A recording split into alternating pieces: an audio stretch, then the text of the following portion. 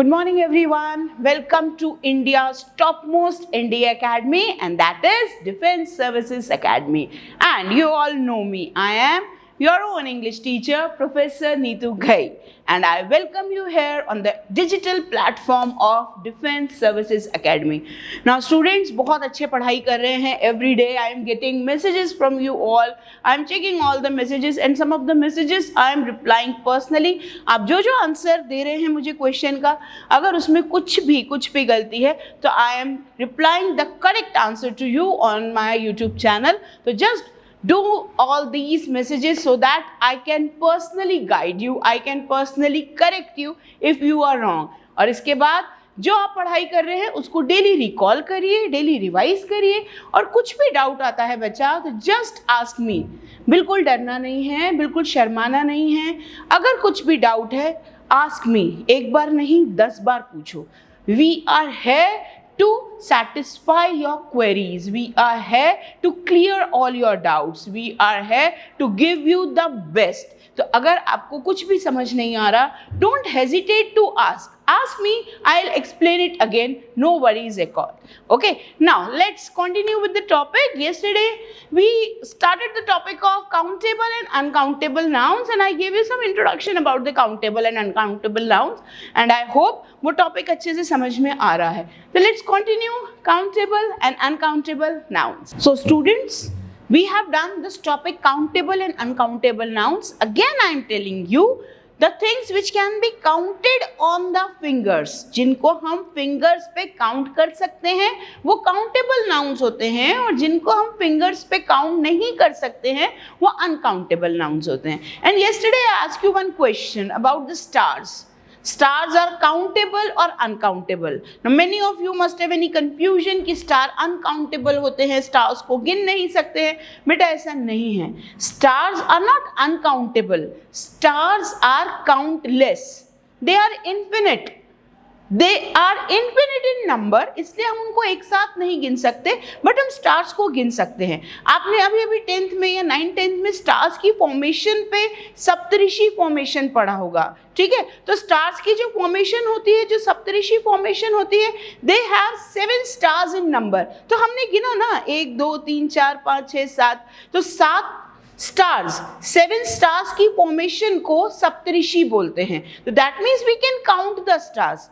हम अगर आसमान में देख रहे हैं, we looking up at the sky, तो we can count the stars, but they are many numbers, there are so many numbers कि we can count them in total.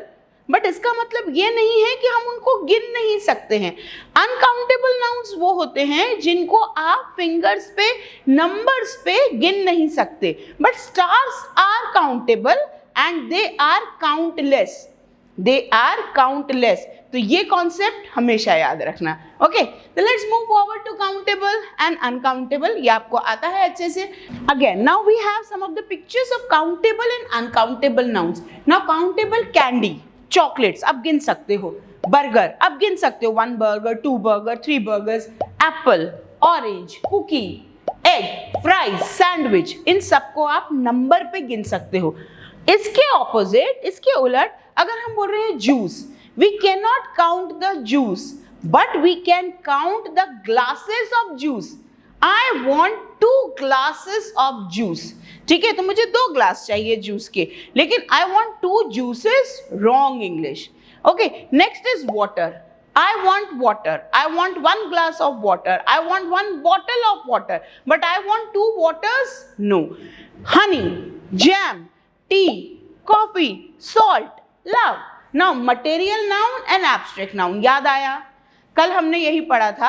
Material noun and abstract noun are uncountable nouns जिनको हम fingers पे नहीं गिन सकते.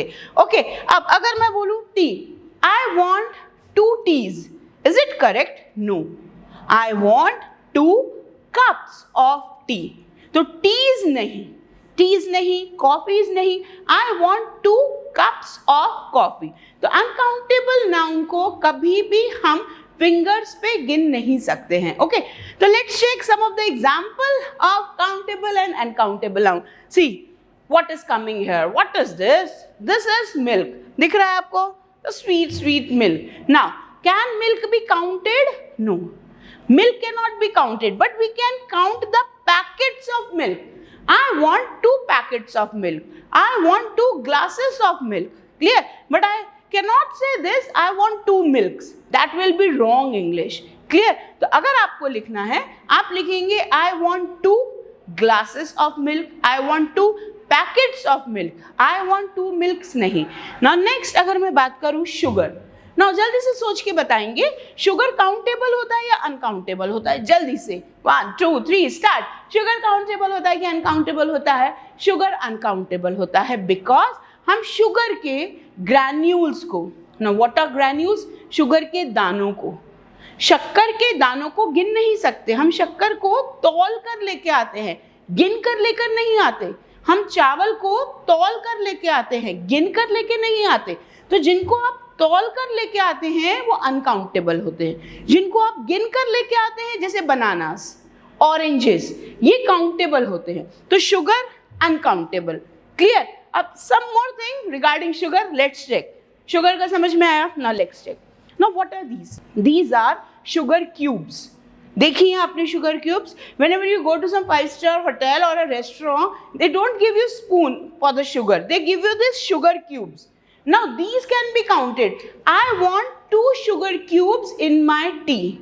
I want 1 sugar cube in my tea. Now ये sugar cube हैं, शक्कर के दाने नहीं हैं, शुगर के क्यूब हैं. आइस क्यूब देखिए, जो आइस क्यूब के फॉर्म में होता है वो आइस क्यूब, जो शुगर क्यूब के फॉर्म में होता है वो sugar cube. Now these can be counted. इनको आप फिंगर्स पे काउंट कर सकते हो, लेकिन शक्कर के दानों को फिंगर्स पे काउंट नहीं कर सकते.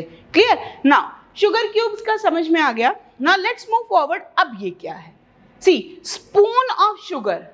आई want 1 spoon of sugar in my tea. मुझे चाय में 1 चम्मच शक्कर चाहिए. तो हमने काउंट किसको किया? चम्मच को. हमने काउंट किसको किया? स्पून को. हमने शुगर को काउंट नहीं किया, मुझे 1 शक्कर चाहिए. No no, not at all. हमने शुगर के लिए स्पून को काउंट किया. I want 2 spoon of sugar in my T.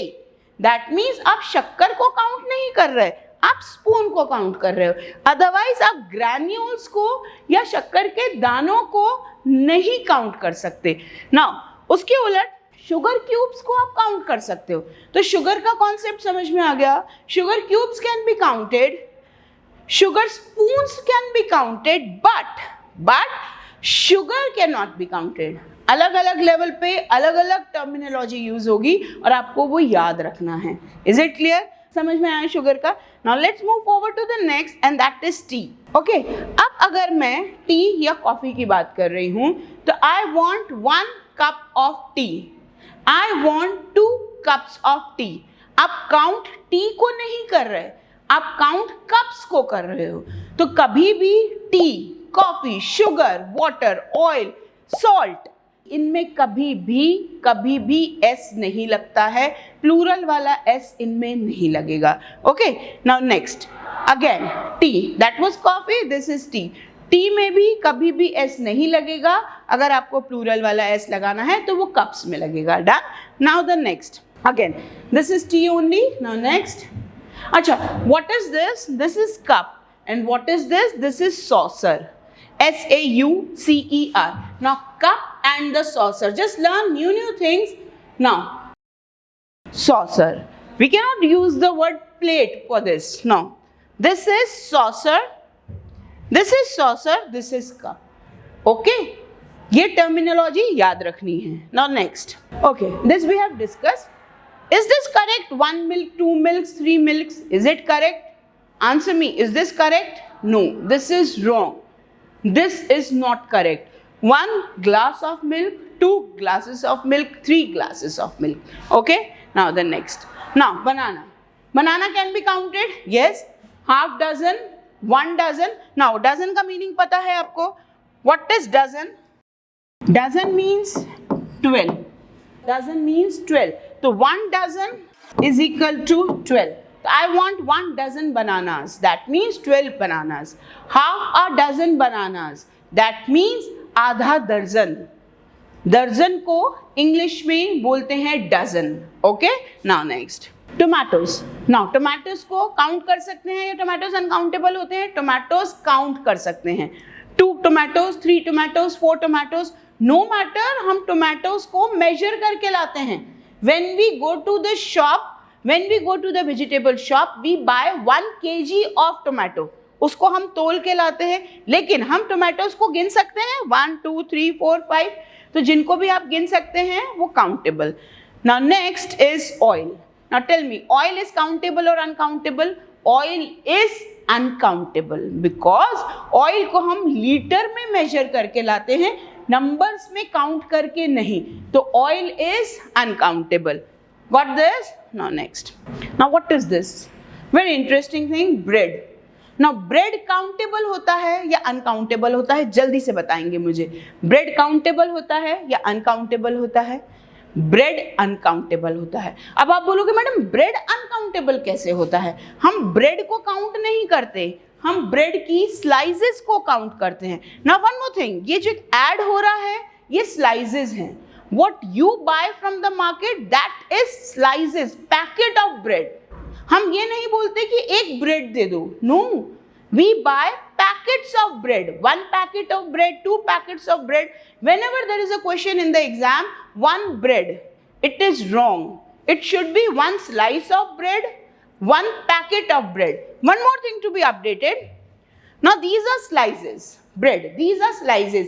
लेकिन अगर ये uncut है, ये कटा हुआ नहीं है, तो हम उसको क्या बोलेंगे? सी दीज आर स्लाइसेस, और जो अनकट होता है उसको हम बोलते हैं लोफ। सुना है कभी आपने word?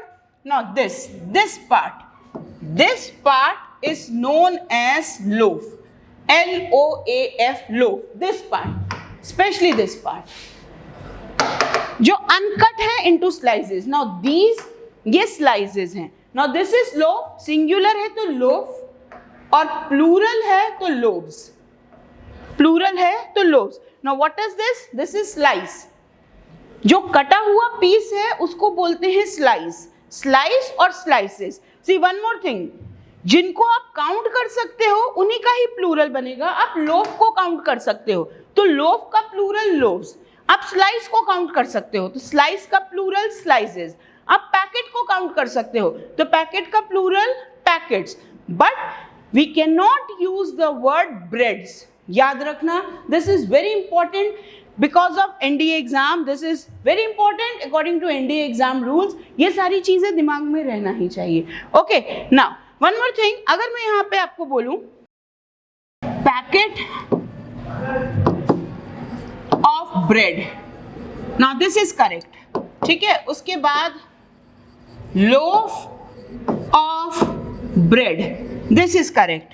Now slice of bread, ये तीनों करेक्ट है। Packet of bread, loaf of bread, slice of bread, ठीक है? अब इन तीनों का भी प्लूरल बन सकता है। इन तीनों का प्लूरल कैसे बनेगा? पैकेट्स का हो गया पैकेट्स, पैकेट का हो गया पैकेट्स, लोफ का मैंने आपको अभी अभी बताया, लोफ का हो गया लोव्स, क्लियर? स्लाइस का हो गया स्लाइसेस, ओके? क्योंकि ये काउंटेबल है। बट हम कभी भी ब्रेड को प्लूरल में यूज नहीं कर सकते, दैट इज वेरी इंपॉर्टेंट। तो जितना हमने अभी किया समझ में आया? Packet, loaf, slice, bread. Got the concept?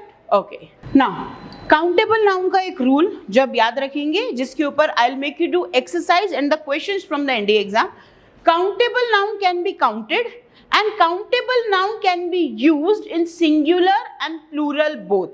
For example, these are countable noun: apple, school, picture. Now apple का apples, school का schools, picture का pictures, दोनों फॉर्म में यूज कर सकते हैं। काउंटेबल नाउन को प्लूरल में भी यूज कर सकते हैं, सिंगुलर में भी यूज कर सकते हैं। Now there is a book on the table. अगर आप ये सेंटेंस देखेंगे, there is a book on the table, क्या मैं सेंटेंस को प्लूरल में भी यूज कर सकती हूँ? यस, बिल्कुल यूज कर सकती हूँ। अ बुक मतलब एक बुक। अगर मुझे इसको प्लूरल में करना है तो यहाँ पर इज हटेगा और ए हटेगा, and it will become there are books on the table. तो बुक का हो गया बुक्स, इज लगता है सिंगुलर सब्जेक्ट के साथ, अब हम जब प्लूरल बना रहे हैं तो there are books on the table. Next, those houses are very big. Now ये दोज क्यों लगा है? क्योंकि ये हाउसेज है, हाउसेज प्लूरल है. अगर नाउन प्लूरल है तो उसके साथ का डेमोन्स्ट्रेटिव एडजेक्टिव भी प्लूरल होगा. तो यहाँ those houses are very big, aren't they? Okay, now अब are very big क्यों लगा है? क्योंकि प्लूरल है. अगर मुझे इसका सिंगुलर करना है तो this house is very big. Singular है तो सिंगुलर अकॉर्डिंग लगेगा, प्लूरल है तो अकॉर्डिंगली प्लूरल वर्ब लगेगा. ओके, तो this house is very big, those houses are very big. Clear हो गया ये? नाउ नेक्स्ट, अनकाउंटेबल नाउन कभी भी प्लूरल में यूज नहीं हो सकते, इसलिए उनको हमेशा सिंगुलर में ही यूज किया जाता है ना. Sugar, information, water, oil, tea, coffee, इन सबको हमेशा सिंगुलर में यूज किया जाता है. Now see one abstract noun, understanding, love, knowledge, wisdom, experience, ये सब जो है वो अनकाउंटेबल नाउन होते हैं और ये हमेशा सिंगुलर में ही यूज होंगे. See, uncountable noun always take singular verbs. For example, there is some water, तो यहाँ वाटर है, यहाँ इज है. We can not write there is some waters. We cannot write there are many waters. No, we cannot write this. Okay? तो ये countable और uncountable noun का concept clear हो गया है. Now, in the next lecture, I'll be teaching you rules. Now, I'll be beginning the most important topic, that are rules. और ये rules ही आपको समझने हैं. बच्चा learn या रटना नहीं है. In my lecture, in my subject, रटने वाला concept नहीं है. आप हर चीज को कॉन्सेप्चुअली समझो और फिर उस नॉलेज को अप्लाई करना सीखो. जो रूल्स हम पढ़ रहे हैं उन रूल्स को क्वेश्चंस में अप्लाई करना सीखो. तो दिस इज माय स्ट्रैटेजी. कल से जब मैं रूल्स स्टार्ट करूंगी, जितने भी रूल्स करेंगे उसके साथ साथ ही उन रूल्स के ऊपर एक्सरसाइज करेंगे, so that you will be having idea how to use या how to apply the rule in the question, so that you can have that knowledge what to be applied and what not to be applied, why right answer is right, why wrong answer is wrong, and you should be damn sure कि my answer is right because मैंने ये rule apply किया था और ये rule से ही answer आएगा. Okay, तो आई होप ये काउंटेबल और अनकाउंटेबल नाउन का कॉन्सेप्ट क्लियर हो गया है. Tomorrow will start the rules for spotting the errors of noun, लेकिन अभी सरप्राइज बाकी है. Just wait for the surprise. So the surprise is here. There is a visual going on at my back and that is saying as fit as fiddle. दिखाई दे रहा है guitar के आसपास क्या घूम रहा है, उस पे कुछ लिखा है. उस पे क्या लिखा है? उस पे लिखा है as fit as fiddle. सुना है कभी ये idiom as fit as fiddle? What does it mean? It means fit and fine. It means healthy. It means बहुत अच्छी तबीयत है. It means आपकी तबीयत, आपका मूड बहुत अच्छा है. तो it fit as a fiddle is an idiom which means you are healthy, you are stress free. तो इसको याद रखेंगे. That means इसको यूज करेंगे अपनी day to day language में. See, to fit as a fiddle means to be in good health. तो whenever you have to talk with someone telling your condition, आपको अपनी कंडीशन के बारे में, आपको अपनी हालत के बारे में बताना है और आप बोलते हैं मैं अच्छी हूँ या मैं अच्छा हूँ, अब आप बोलेंगे I am as fit as fiddle, so that you can have the impression on the other person. तो याद रहेगा as fit as fiddle. Now see, we have used some sentence also. You may feel sick now, but after a few days of rest you will be fit as fiddle. तो अगर आप doctor के पास गए हैं तो doctor आपको ये suggestion दे रहा है कि अभी थोड़ी तबीयत खराब है, लेकिन थोड़े दिन बाद you will be fit as fiddle. So be like this, be fit as fiddle, so that you can enjoy, so that you can study. All this for today. Have a nice day. Thank you.